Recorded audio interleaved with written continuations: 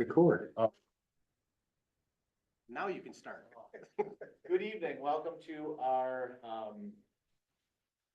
what is it, bi-monthly Big Lakes Regional Council meeting. Unfortunately, January was canceled due to some weather-related issues. The good news is the weather really wasn't that bad on the day we were supposed to have the meeting, but it was just really cold and I didn't want to have people try to worry about what was going on when the kids were in school. So welcome. Thanks for coming here today. Good news is we don't have a lot of business to talk about because not a lot happened. We'll talk about that in a little bit. But we also have some guests here, so welcome. I think most of you guys are from the Erie County Paramedic Program. So if you guys just want to stand up, say hello and introduce yourselves real quick, and then we'll get started. I'll just go first. Where are you from? City of Lockport Fire Department. They're from City of Lockport. Back from City of Lockport. All right, there's a rule that you guys have to separate. You can't sit with each other. Good luck with that. That's how we get to know people. Where we at? We go, Ron from Mercy. Izzy from Erie County EMS. Lynn from Twin City. Bonnie from Mercy. Brian from Twin City. Juliana from Mercy EMS. Treasurer from Mercy. Sabrina from Grand Island. Justin from Mercy. Well, welcome. Welcome. You guys are just starting the program too, right? So first couple of months into the program, hope all is going well. And I think this is some good exposure to kind of the EMS world. If I could draw a map of how EMS works in the state and everywhere else, it's not a nice linear graph of how things generally work in most places. There would be a lot of circles and circles and circles of things pointing back to each other. It looked like an organized, like neuro kind of brain vascular system with shit just running all over the place. So it's a very complex system. Once you kind of get to know and think you understand it, your world gets turned upside down, and you really don't have the grasp on the things that you should have the grasp on like you think you do. So welcome. This is the first step of kind of learning what happens in our region and how EMS generally works. So I'll give you a quick summary and rundown. Is we have the division of EMS. Andy, if you want to raise your hand and say hello, he's over there. Andy is a unit captain unit. What are you? Well, they said district chief, unit captain, compliance and conduct investigator. He did a whole bunch of shit. I don't know what any of it means. And a lot of it really doesn't mean anything that would really what his job is. They just give him fancy titles and they change it every once in a while. Sometimes he has some bugles, sometimes he has some bars, sometimes he has some stars. They change it every day. I think they just like buying new uniforms every 6 months and reorganizing, right? We used to know them as the Bureau of EMS. Now, because they hired a whole bunch of people, they now get to become a division. I think the next thing they get to become, if they hire more people, is like a Star Wars battalion, but we're not really sure yet. So we have the division of EMS, or the division of EMS, which reports to the Commissioner of Health, which is our main person that oversees all aspects of the health department, and EMS is one subsection of them. From there, they kind of come down, and the division of EMS reports to the commissioner, which then over here we have SEMSCO, which is the State Emergency Services Medical Council, right? Which advises the commissioner, but those policies get funneled through the division of EMS up to the commissioner as well. So again, some weird convoluted bullshit that just doesn't make sense. It's like there's a lot of dotted lines and straight lines going in places that are kind of backwards. From there, a solid line runs down to CMAC, which Dr. Seth, who is here today, over there. He is the regional medical director for Big Lakes. So he is our CMAC representative, and the CMAC reports to the SEMSCO, but the CMAC handles mostly all clinical or medical advisory. So they report to the SEMSCO with a dotted line up to the commissioner as well. Also a dotted line to the Division of Health, and then probably another dotted line somewhere else where they have to go, right? Somewhere in the middle is something called DLA. It's the Department of Legal Affairs. That's where a lot of stuff goes to either die or get screwed up in all the work that we do, because all the lawyers have to kind of get involved and they have to put their legalese into it. And then something goes up and then we get it back from the commissioner with a signature and we go, what the hell is this shit? This wasn't what we talked about or what we approved. Right? They like to do that sometimes with protocols and some other stuff. Dr. Seth will probably have some fun stories about stuff, but all the doctors that sit on the CMAC are mostly emergency medical physicians. There are some there's a psychiatrist on there now, there's a surgeon, there's some other things, which is good insight to have. However, when these protocols and things get funneled up into DLA and also into the commissioner's office, we have another group of doctors that sit in there that are not emergency medical physicians that have sometimes, some are podiatrists, some are, I'm not demeaning them, I'm kind of making a joke, but kind of talking about the world we live in, is you have podiatrists, you'll have general physicians, you'll have cardiothoracic surgeons, which I don't know why they're working for the state, I would still be working as a cardiothoracic surgeon. That then will look at the protocols and also try to change them because they feel that they have better knowledge than the physicians that actually put them together. I also forgot to mention Dr. McNamara is here. Dr. McNamara is the medical director for Niagara County. He's an EM physician with UBMD, so is Dr. Seth. And Dr. Seth and Dr. McNamara are both medical directors for various agencies within our region as well. So we talked about CMAC and then we funneled down to the REMSCOs, which is what we are, right? So there are 19 REMSCOs in, is it 18? 18 or 19? 18. 18 REMSCOs in New York State. We have 3 counties. Some counties just have 1, some have more. I think the most is what, 4 or 5? No, there's 16 REMSCOs in New York State, 18 program agencies. That's what it is. So there's 16 program agencies, or 16 REMSCOs, 18 program agencies. We'll let Mike talk about that in a little bit, what a program agency does for you.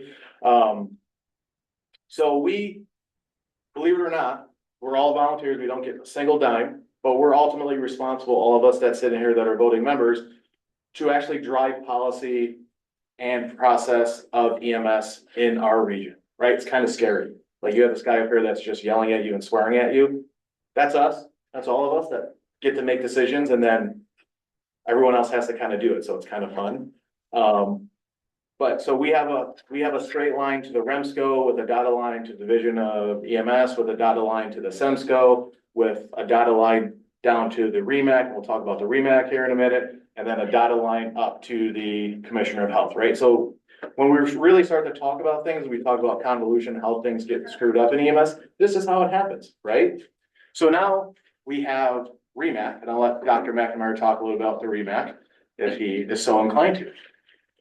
So the REMAC is the advisory, basically agency that covers 3 different REMSCOs, Big Lakes, Wyoming, Erie, and then STEMS is the third kind of second program agency. So there's the REMSCOs, and then there's also the program agencies, which Mike is in charge of both the Big Lakes and Wyoming, Erie in terms of the program agencies, and then STEMS covers the southern tier. So the REMAC is kind of the medical advisory arm, like the CMAC and SEMSCO. So kind of like the same idea between the REMAC and then the various REMSCOs. So we come up with policies and advise on things and try to clarify when possible, if possible. Now, did everyone hear where the REMAC for our region is answers to 3 regional councils? Gotta love New York State. 2 regional councils. 2 regional councils, but no, 3. Ours has been dissolved. Well, it still exists. Still Yeah. exists. Not that I'm aware of. Yes, it does. Yeah. It's 3. Big Lakes, Wyoming, Erie, and the southern, yeah. So 3 regional councils for 1 REMAC. We're the only region that a REMAC is responsible for 3 different regional councils, right? Now, you can probably sit there and say, overall, that probably makes sense. Again, I want to reiterate, these are all volunteer positions, right? There's no payment for anybody to be here. Which 1 REMAC for 3 councils for 8 counties creates its challenges and its barriers, right? Because we have some very densely populated areas in Erie County, like the city of Buffalo. And then we have some sparsely occupied areas where there's more cows than there are people in our area, right? And that's some of it's in Orleans, some of it's in Genesee, some of it's in the southern tier in Allegheny, Cattaraugus, and Chautauqua County, right? So sometimes when you see certain policies that come out of REMAC, right, sometimes stuff happens where we're trying to answer to, they're trying to answer to many masters, right? And trying to put guidance out where sometimes that gets lost in translation for other areas. So just kind of keep that in mind when we talk about representation and things like that. I'll let Mike, so then we have the program agency, which is a contracted entity to the REMSCO that gets money from the state, that gets, so I'll let Mike. Wow, you're doing so well. So my lines go in all different directions. Basically, our office is the link between the REMSCOs, the REMAC, the state, the EMS agencies. We do a lot of data work. UBMD is responsible for the Western Region Repository. So all your PCRs, from Rochester to the lake down to the southern tier, they all come into the Western Region Repository. So, we're responsible for that. Assisting agencies with your BLSFR renewals. If you lose your EMT card, we can print you a new one. We have set deliverables to assist the regional councils, like with reporting, website stuff, just a lot of different legwork. Program agencies, we also staff, our staff sits on different committees at the SEMSCO. So, there's representation from the program agency side of things. So that way, most program agency leadership are EMTs, paramedics. So we have that voice as well as being there side by side with the medical directors, regional council leadership, so on and so forth. So we have a lot of things. Our deliverables are approximately 179 pages long. So, the task is quite varying. We do a little bit of everything. Thank you. And then from there, we have county councils, county EMS councils that report up. And then sometimes we have municipal EMS councils. And so there are many hands in kind of what we do, right? And I'd also be remiss, Mr. Scott Buffin is over here. He's the Orleans, what's your full title? Orleans County EMS. Deputy Director for Emergency Management. That's what I do in Orleans County. So that's Mr. Buffin over there. I'm trying to see. Sean. Sean Downey. Introduce, say hello. Well, I'm Sean Downing. I'm Deputy EMS Coordinator for Genesee County. In my spare time. Scott actually gets paid. Do you get paid for that? I get a stipend if I submit for what I get yelled because I never ask for money. But again, so I'm not trying to, what we try to say is there are many people in EMS, right, that have many different functions and many different roles, right? So it's a very organized, chaotic world until you start to unravel stuff, right? As you start to peel back the layers of the onion and start to actually look at the inner workings. So I'm gonna wrap all this up to say, welcome. Please, after you complete your paramedic program, please show interest in helping out in the areas in which you live, right? The only way you really get to understand how EMS actually works is to start to become involved and be curious. Ask a lot of questions, right? Don't ever be afraid to ask questions how something works, why something is the way it is. Just be curious, keep asking, right? And then one day you get to come sit up here and yell and swear at everybody else like I'm doing today. So again, welcome, and we're happy to have you here. You guys have any questions before we get started? All right. I'm gonna try to do this in 40 minutes. Our goal is to be out of here by 8 o'clock. I think we can. Sherry's timing me. Did we get up? Well, we didn't have a meeting in January, so I was worried about that. All right. Sean, do you have anything for the chairman's report?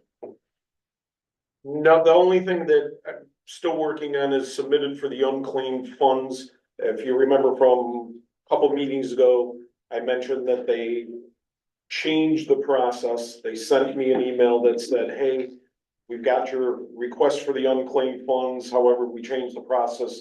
You need to resubmit. So I have resubmitted, and we'll wait and see if we can get the funds that went to the wrong address back in our bank account. I assume Mike's going to talk about the other ones, so. Anybody have any questions for Sean? Sure. Yeah. All right. So some of this is old, so we're gonna skip over some stuff. We had a corresponding email that went out that talked about the flu, but the flu was 3 months ago. The one good thing that came out of that is that agencies, hospital systems, and the program agency and county leadership kind of were able to get together and, I'll let Mike talk a little bit about his, daily report that he sends out for average hospital clear times. Again, we understand it's not the cleanest or best information, but it's a way for us to get an understanding of how the system is.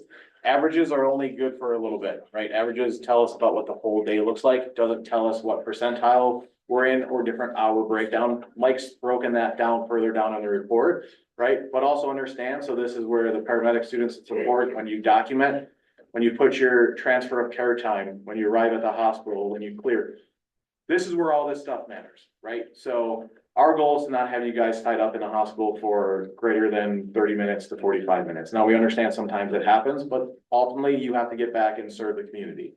So how do we get better at defining that, right? It all starts with having conversations with the hospital systems about how they track patient movement and EMS arrival, and also how we document ourselves, right? Garbage in, garbage out. So if you put in shit, we get shit back, right? So it's hard for us to be able to have that conversation. And we actually made some good headway in here because one, both EMS and the hospital systems were actually on the same team during this time frame, because we were all asking the county, like, how do we need help? Like, the hospitals were overburdened, all the hospital systems were operating at greater than 100% capacity, which creates throughput and logistical issues, right? Ultimately, this is my own personal opinion, I'll say on the record till I'm blue in the face, it's because of the lack of ALC beds that are in our state that creates a lot of these throughput and backlog issues, right? There's no way around it. Like, safe staffing is good for nurses, right? But it doesn't help the hospital, the healthcare ecosystem to get patients to the appropriate bed, right? So one of the things, like we talked about, that came out of there was this report that is shared in Erie and Niagara County. And as it grows and develops, I'm sure we can make it work in other parts, but I'll let Mike kind of share his thoughts, and it's kind of his baby that he kind of created, and we'll go. So the daily report, though, too, is only as good as the information that we get. So if we're not getting charts because charts are holding, it's a busy day, maybe somebody has 5 charts hanging and they go home and they never complete them. Ultimately that's not hitting image trend. So, it's gonna decrease those numbers. So that's gonna alter some of that data. But the data we've been looking at is divided by region, just simple transfer of care times. And the times need to be accurate. Like, one of the big things that we found was we've had agencies put their destination arrival time at, like, let's say 1,500 hours and transfer of care time at 1,500 hours. So they arrived at the hospital at 1,500 hours and transferred care at 1,500 hours. To me, that doesn't make any sense. So it's little things like that we've been trying to educate and get that data, fixed. As time progressed too, we've been able to use this information to help identify, agencies that are struggling with reporting. So that's been a huge help. We are changing the complexity of this. We're gonna not do this on a daily basis, simply for the fact that I know we're missing PCRs. When there's a lag, I think it's, I had spoken with a few of our docs, a few other stakeholders. We think it's more beneficial that we do a weekly report, let's say on that Monday for the previous week, so that we give that couple days to catch up on those PCRs. And then we'll do a monthly report that would encompass all the data for the month. We could break it down by day, we could break it down by time, and then, we could build it out by the quarter. There's a lot of things that image trend can do. But once again, it's just making sure that we have the data. That's part of our job as a program agency is to run those reports and keep the REMAC, keep the council, keep the, the stakeholders advised as to where we're at. So we're going to continue doing it that way. Does anybody have any questions about that? What do you consider the transfer of care when we walk in and the triage nurse takes us, or when we get the gurney empty and start out the door? So this has been a question that has been asked and asked and asked, because yes, you arrive at a hospital. Yeah. And the patient is triaged, and technically the patient is the hospital's responsibility at that point, right? Like, it's an Article 28 facility, they're there. Right, we walk. But the patient's still on your stretcher. Right, So, and the doctor may be working onto him or may not be working onto him. well, our position on that is, as long as that patient is affixed to your equipment, there's a shared responsibility. And, you know, because if that patient was to fall off that stretcher for some reason, you know, let's say you didn't have them properly belted or what have you, you know, that's gonna turn into a whole mess, right? So I think the proper answer to that is, when that patient comes off your stretcher and you've given that report, you've got nothing left to do with that patient. You know, you're done. You know, who transfers that patient off your stretcher? You or the hospital? Yes, Well, sometimes it's both, yes, but you know, you're still handling the patient at that point, Right. right? So, but I may not have been the one that unhooked all the belts to so the doctor can work onto the patient. right. Nurse or whatever. So, my point on my earlier statement regarding the 0 times, like, Mhm. when we look at that report, it'll say, you know, destination of transfer of care is 0. You know, where we know that when you pull in and you say you're on location at dispatch, dispatch is gonna mark that in the CAD, but yet you're still unloading the patient, you're still taking the patient in, you're still getting the patient triaged. The patient's care is not transferred yet. So the 0 is an inadequate value. Do you Yeah, I understand where I'm understand that coming? part. I just Yeah, trying to, and it might be who was to just put that out. What your actual definition, because yours and mine apparently are slightly different. And if it's gonna be accurate, then we need to all be. and that's the other issue too that we have seen too is, you know, some of the hospitals document a little bit differently than other hospitals as well. You know, some are when they get a bed assigned, some are when they get triaged, you know, it. All we can do is run our numbers to the best of our ability, and the reports are only as reliable as the information that we have. So, you know, I'm not gonna falsely report something, so if it says 0 in there, like, guess what's going on in the report? 0. You know, but is it gonna skew that part of it? It probably isn't gonna skew it that much right now, because many agencies have corrected that. So we're not getting the volume of 0s that we have gotten before. So, you know, with a larger sample, you know, we're not seeing that massive difference. And dispatch does all the times except. And none of us, at least I don't look at my watch at what time I've offloaded and start back out. But this is where sometimes we talk about creating definitions so that we can kind of put them out. Again, I'm sure you guys will all attest to that have been to any of the state meetings. It's very hard to understand. Like, we still really don't have a true definition of what a patient actually is. Like, I think we kind of have one settled for what it means in the document, but we don't have it, what it actually means for some other things. So that therein lies a problem, right? Like, we don't have clean definitions of what we have, right? I think for us, as a region, it's probably best to do what Mike said, is our transfer of care does not happen until that patient leaves the stretcher, right? Now, is a couple of minutes going to change the overall number? No, right? Like, that's a very small percentage change, right? But when you have a whole bunch of zeros can skew a number of a bunch of 30s and 40s and 50s and stuff like that, to draw that number actually down to actually what's happening. So that, because part of it is that, and this will come as no shock, is that every hospital system does input patients differently, right? They'll get put into the triage system, right? So that might be the first time, but crews have already been there for 25, 30, 40 minutes. And then sometimes they'll say, oh, they're gonna go in bed 13 or bed 14. Well, bed 13 and 14 is still occupied, but that patient is admitted and going somewhere else that has a bed somewhere else that's still occupied, so they can't get up, right? So as you try to get a true representation of what's actually happening in a system, this is why it's important to have clean and somewhat clear definitions of what we're attempting and what we're trying to do, right?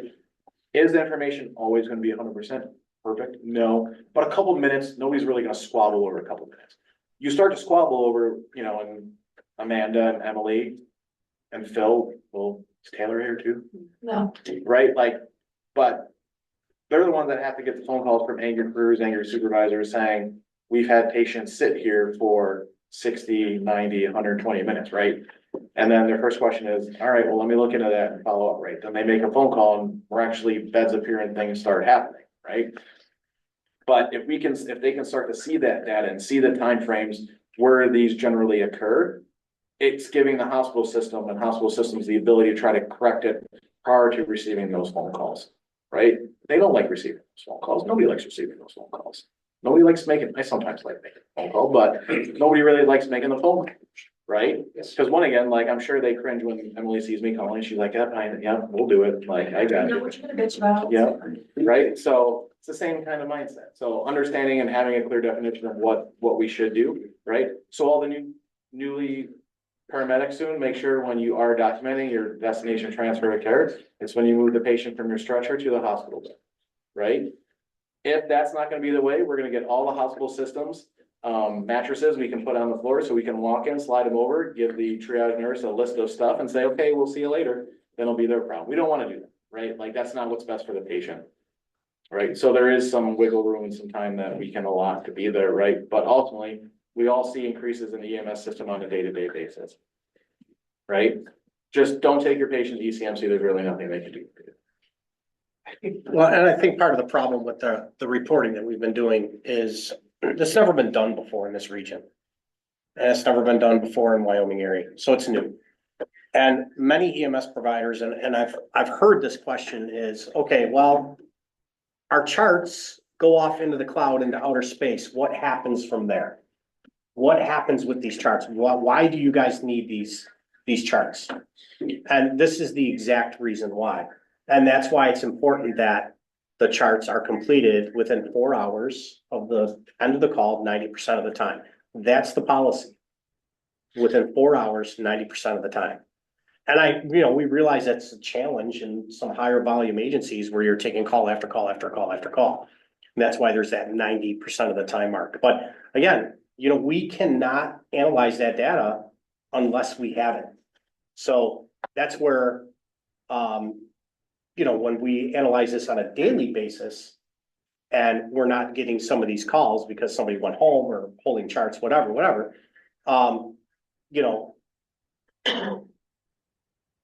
it's not making that data much more favorable. Okay. And I know Emily's gonna agree with me on this because we went back and forth earlier today.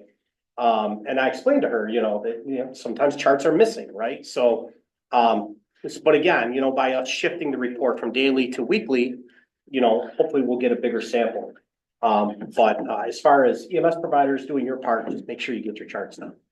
And to that point, contrary to popular belief, and Dr. Seth and Dr. McNamara can probably answer it, they do read your charts, right? If there's any question or there's concerns about something, they do read it, right? I'll tell you, and even from that point, before it even gets to those guys, the hospitals are using them. Neurology will reach out to my team all the time and say, hey, can you grab this PCR? Because we need to know what story EMS was given. And if we don't have it, that may be the difference between that patient getting TNK or not getting TNK. Sometimes with your STEMI patients, your septic patients. So we're really looking for those PCRs, and a lot of times we just don't have them because they weren't completed. And I work commercial EMS for a long time, I get it. Sometimes you're right on to that next call, but sometimes you're not.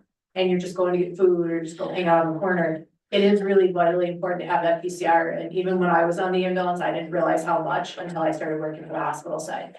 They truly do use your PCR, so we really do need it. Any other thoughts? Perfect, thank you, Mike. The February CMAC Council meeting was canceled. They canceled us luckily before we started to travel because some other area besides us was getting hit with a blizzard, so good for them. I'm very happy. EMTCC discussion. We were supposed to have a follow-up in the February meeting for that. So this is ultimately what happened. I know we've talked about this at length. So there was a small little fire department that looks like the Army that has like 3 CCs in it. We're upset that CCs were gonna be sunsetted. They had a connection to the governor, and the governor had told the commissioner of health that you're not gonna sign CCs sunsetting in 2027.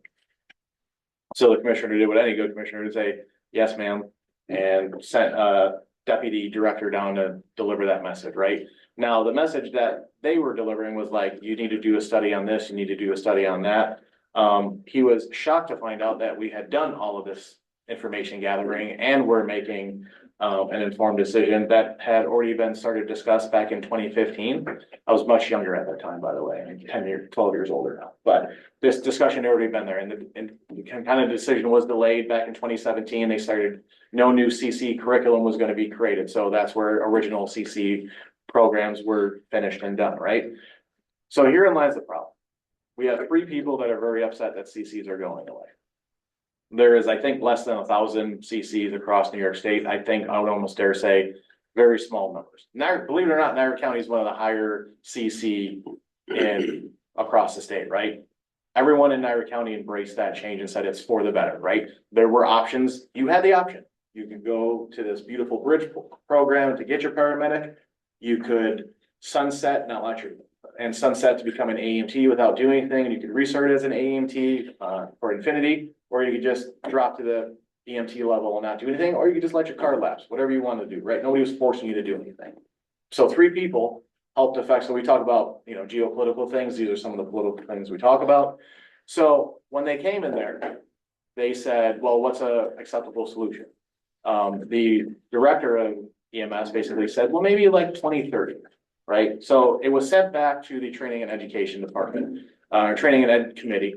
They were supposed to give a report in December. We got a quick report that says they're still working on it. My assumption is when we go and meet in May, we're gonna get another report that says we're still working on it. And then sometime in like late 2027, 2028, we're gonna get the announcement that we're finally done working at it.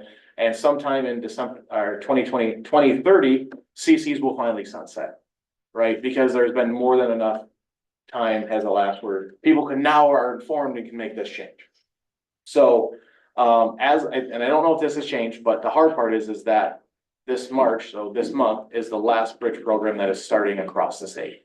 So there also lies a problem that now there's no longer a bridge for you to take from CC. You actually have to sit through original paramedical. So I don't know what's gonna happen. They'll probably talk about it. The state will probably fund another program or 2 to kind of help these people. So that's where we sit on it. It's gonna happen at some point because everyone is still wants to get it taken care of. And the commissioner is very surprised to understand that the last CC curriculum update was in 1997. I was 14. So that was a long time. We won't say how old Mike was.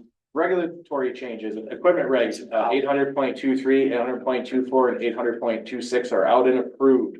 So 800.23 and 800.24 take effect April 22nd, 2026. That is about a month away. This shouldn't come as a shock to you. We've had the information out. If it does come to you, shock with you, call Mike, he'll give you the policy on what you have to do, or talk to your medical director about how you can help. I think the really only big thing that was hard to find were pediatric, what was it? Pediatric. You can find them, but they were hard to find.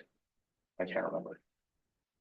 And then ambulance, the 800.26 will take effect 10/22. That's a little bit more involved. That talks about ambulance, new ambulance construction and what you need to have in that. The ambulance build standards are still in final review for first public comment period, blah, blah, blah, blah, blah. EMS legislation. Also at the beginning of the year, the governor in her infinite wisdom decided to put eliminate Medicaid crossover for Medicare patients, right? This was everyone, right? These are actually real dollars for EMS agencies, right? Up to the tune of almost 22 million that would be coming out of EMS agency pockets across the state, right? For some EMS agencies, this is life or death, right? This will close the doors and then we're in a bigger crisis so we don't have ambulance responding to calls. The good news is the House Assembly and the Senate in their one bills have eliminated Medicaid crossover. So now the governor and the House or the Senate and the Assembly get to talk and put a budget together, right? My guess is that more than likely, never say never, but Medicaid crossover will probably be back in the budget for this year. But again, I'm not sitting in those meetings. I don't know what they're going to trade and everything else, but I have a good, this is a good step that the Senate and the Assembly have put that back into their budgets and understand the rationale and reason that was in there. This also came as a shock to a lot of people across the state that this was eliminated, right? So, you know, in the same breath where we talk about like affordability of things, right? We talk about what does cost of living look like? What do our electrical bills look like? What do our gas bills look like? Coincidentally, when they has a home, they've gone up like 3 or 4 times in the last couple months from changes that the governor has done. So now we're trying to make affordability a thing, but that's neither here nor there. So, but the thing is, this isn't just an EMS fight. This is a healthcare fight in general. Everyone is agreeing that the Medicaid crossover payments have to be in there. Now, for EMS, the solution we gave to a lot of the senators that we spoke to was, that's fine, you can eliminate Medicaid crossover, just pay us the Medicare fee rate, we'll be all set. Which would be better, way better than what we're getting now. So, they kind of ran some numbers and be like, well, that'd be a lot of money. I don't think we can do that. We'll probably get crossover. So crossover, at least in the House and the Assembly and the Senate, are back in. Tip and tap. Anything about electric ambulances? No, not yet. That's not in the ambulance bill thing that's coming out, but it could have been snuck in at some point after it's been approved. Could have been part of a new green initiative by the state, who knows? Tip. So the state plan amendment finally went through. Right? So now what does that mean? We're allowed to get reimbursed for treatment in place, right? Now, luckily, the state plan amendment in New York State is very simple and clean. It just says you receive a medical evaluation, right? Let's be real and reasonable with that. Medical evaluation is at least a assessment and some vital signs, not just that you showed up and looked at somebody and got a code for, right? You actually have to physically touch the patient, and your eyes can do the assessment if everybody looks good, but at least obtain a set of vitals. So that's all good news. That goes in effect April 1st, where you can start receiving reimbursement for that. There's a whole bunch of legislative bills to continue to watch. Those numbers may or may not have changed. I did note one of the things in, I think, the governor's budget and even the Assembly and the Senate was increasing volunteer credits from like 200 to 600 and a few other things and some property tax things that are in there. But those change on a daily basis. I'll let Dr. Seth talk about it. Protocols. New York State policy updates, there's nothing. Performance standards still in drafting. I know I repeat myself, but operations, make sure ambulances are secured. The state, Andy was out and about the other day. Make sure your shit's locked when you're at a hospital, guys. Like, it's a quick, easy way for them. Mr. Steele loves finding an unlocked ambulance to go in and start finding shit, right? That's when you're gonna get yourself in a lot of trouble, right? Also complete your PCRs in less than 4 hours. You can get fined for that. We talked about EPCR submission times, hospital wait times. That was in January. They were a shit show. They're a little bit better now, except at ECMC. Educational funding, CME manual, practical skills tag update. Still working through that. There's nothing glorious on that yet. They're working on FDO program. Department Division of Health continues to grow and expand. Yay. Quality metrics, nothing. Vital signs, Mr. Stearns is very happy. It's in the beautiful city of Niagara Falls. Oh, yeah. In November, so. Yay. Right, they love that conference center. I don't know if they like because it was close to the casino or what, but they were fucking in love with it. It was insane. It's the people out there. Finding parking. Yeah, well, that's what, yeah. Hopefully they shuttle people from the hotel to the. Yeah, I hope so. Dr. Seth, you want to give an update on the DA update and also want to talk about collaborative protocol? Yeah, so I was just talking to one of my friends about the collaborative protocol, so I guess they said there wasn't a meeting in February, so we think collaborative protocols are gonna come out July 1st, but that may or may not actually happen. I guess they're gonna come out, but the current plan is they're gonna come out. We'll see when we get to July 1st or May 12th or 13th, but not that actually happened. I was trying to pull up the change line. I can't actually, I don't have it handy. I don't know. John, do you have it handy? But I should have probably grabbed it and so I didn't find it. But I'll talk about the DEA business. The DEA finally, essentially released a rule that they started, I guess, in 2017, regarding how to manage DEA licenses for EMS. So historically, like EMS agencies have had to either work out the doc's license or the hospital's license, and EMS is sort of, you know, they were red's head stepchild in terms of how to manage the fact that we are moving drugs around between ambulances and base stations and hospitals, how to kind of account for all that. So they have come up with a new, what we call it, a new law, a new rule rather, the PPA EMA, which essentially allows an EMS agency to acquire their own DEA number. So they no longer have to operate off individual licenses.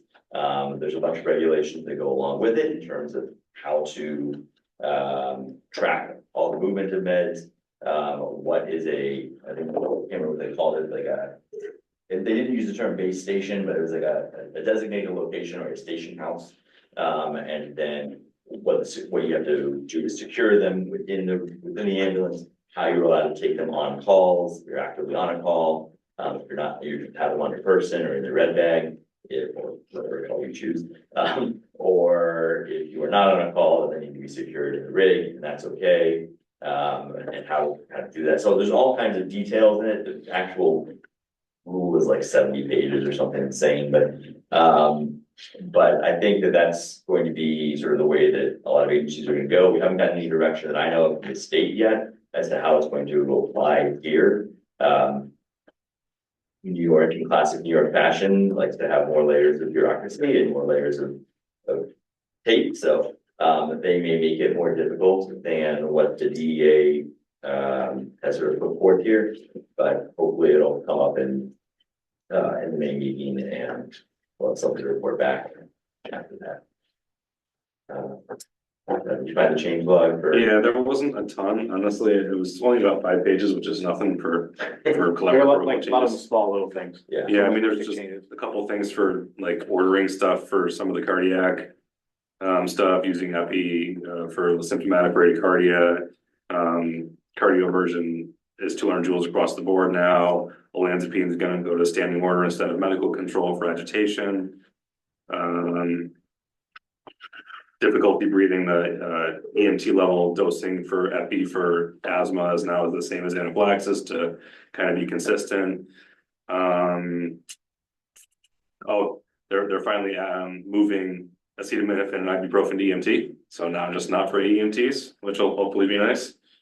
Ondansetron will be AEMT or higher as well, so some more tools, which are kind of nice, as well as isopropyl alcohol pads, so double winning there.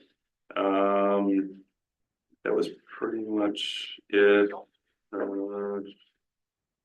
New protocol for PPF for postpartum hemorrhage patients, which is useful. Talked about a little bit more about options for pain management, like how to give it and stuff like that, orders, and increasing the ROC dose for RSI. Push dose epi in the post ROSC protocol in case there's hypotension after ROSC. That was pretty much, yeah, that was pretty much it. Not a ton, honestly. It was just the big ones I think would be like the Zofran and Tylenol, ibuprofen were pretty big changes to bring it down, you know, to the EMT level, which is a good idea. And I don't really think the educational lift is that No, heavy at all. I think there's maybe a one pager you can put out and say, follow the instructions, how to get Tylenol. yeah. Hopefully. But you know, you never know.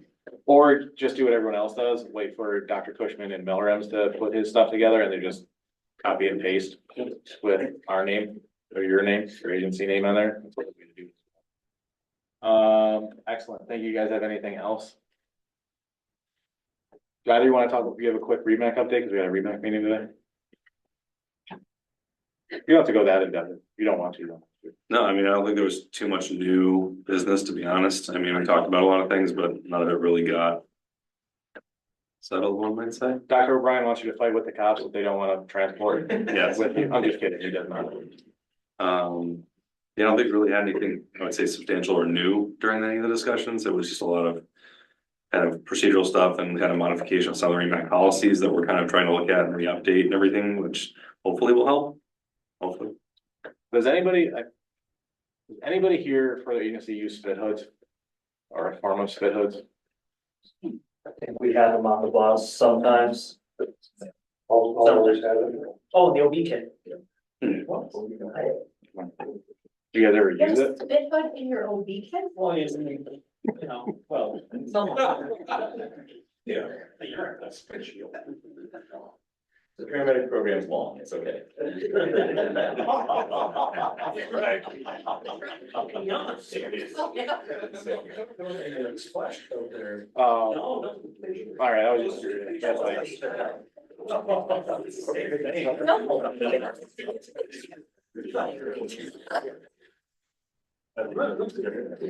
All right, moving on. Mike, would you like to give your program agency report? Sure, we covered about 90% of what I have on there. Perfect, we got 10 minutes here. So, just a couple things from the program agency.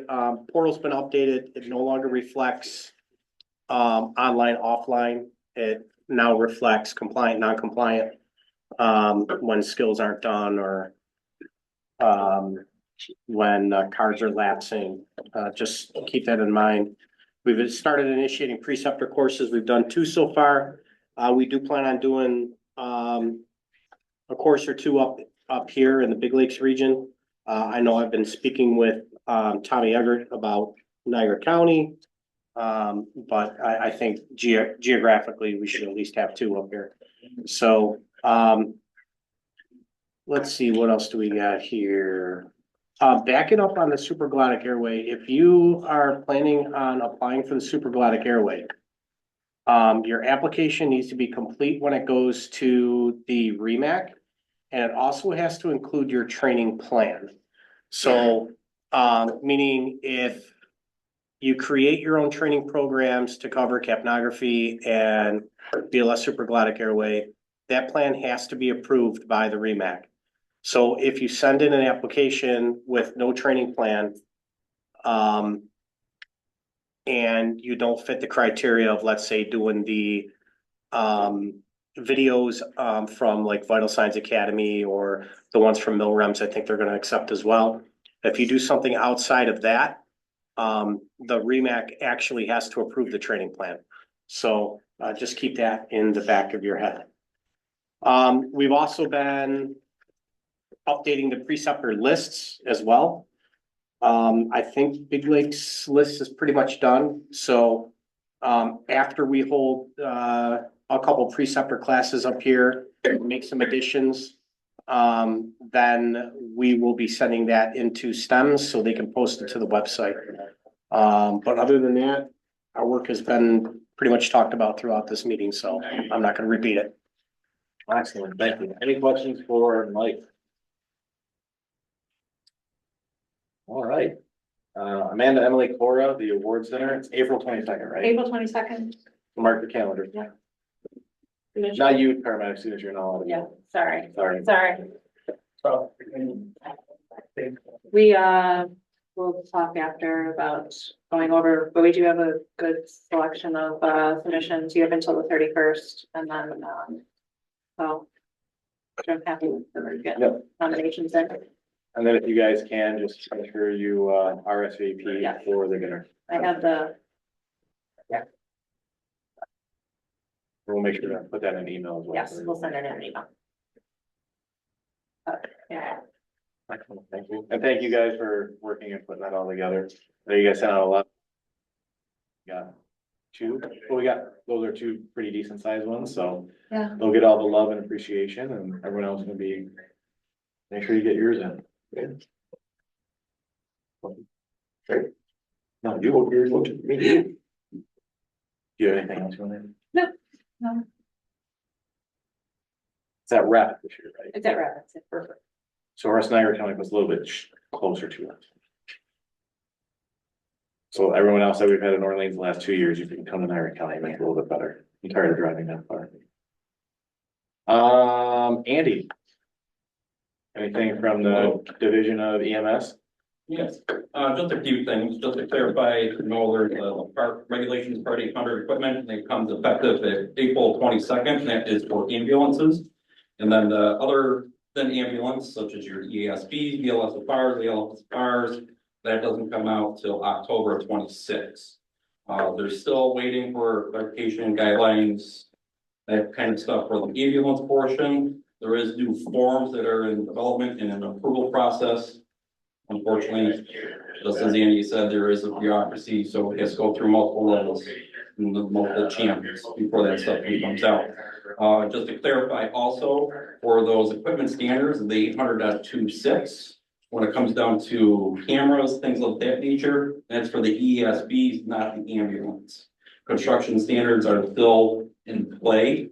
Eventually, for the ambulance construction standards, they're gonna be looked at, but that's quite a ways away going forward. And just also clarify with the federal DEA ruling, you are still to comply with New York State with your current controlled substances plans until such guidance comes from division and also BD. We'll be retired by then. Nothing. Just to go on to that, a lot of agencies are already compliant to a lot of those standards that are in some of the DEA rulings. There is an EMS recruitment and retention symposium in East Meadow on April 20th. And I believe it is on the Division of State's website. Some emails got sent out, second round of mental health resiliency officer fellowship program for an introductory kickoff session in June of this year. Nominations will close April 20th. A lot of that got dispersed to CMAT, to Remsco's, and also program agencies to get pushed out. EMS Memorial is Tuesday, May 19th at 11 a.m. at Empire State Plaza. And Vital Signs is in Niagara Falls this year, coming toward November 10th through 14th. Exciting. Thank you. Terry, anything for recruitment and retention? I think, so. Thank Mike, he got the survey out, everybody saw it. So everybody can fill the survey out, keep that going along. So, anything else, Mike? We'll just keep pushing. Kind of going off the county one here that we're doing for Genesee County and all that. And we're gonna go to GCC next Tuesday. And then present what we're gonna do for Genesee County and that. Anything for Terry? Anybody wants to add anything? More than welcome. Dr. Seth, anything on our medical director report? We haven't already covered. Emily, anything for Catholic Health? Mount St. Mary's Awards Dinner is Wednesday, May 20th at Sanborn. Nominations are due 31st. Or, no, 23rd, 20. I want to By say, 8 AM. Yes. Yeah, it's by 8 AM on the 23rd. yes, 23rd. Thank you. If you haven't gotten your nominations in yet, please do. We will vote that day, so that we can get the plaques ready. We have not gotten a ton of nominations, but what always happens is the week before, everybody blitzes my email.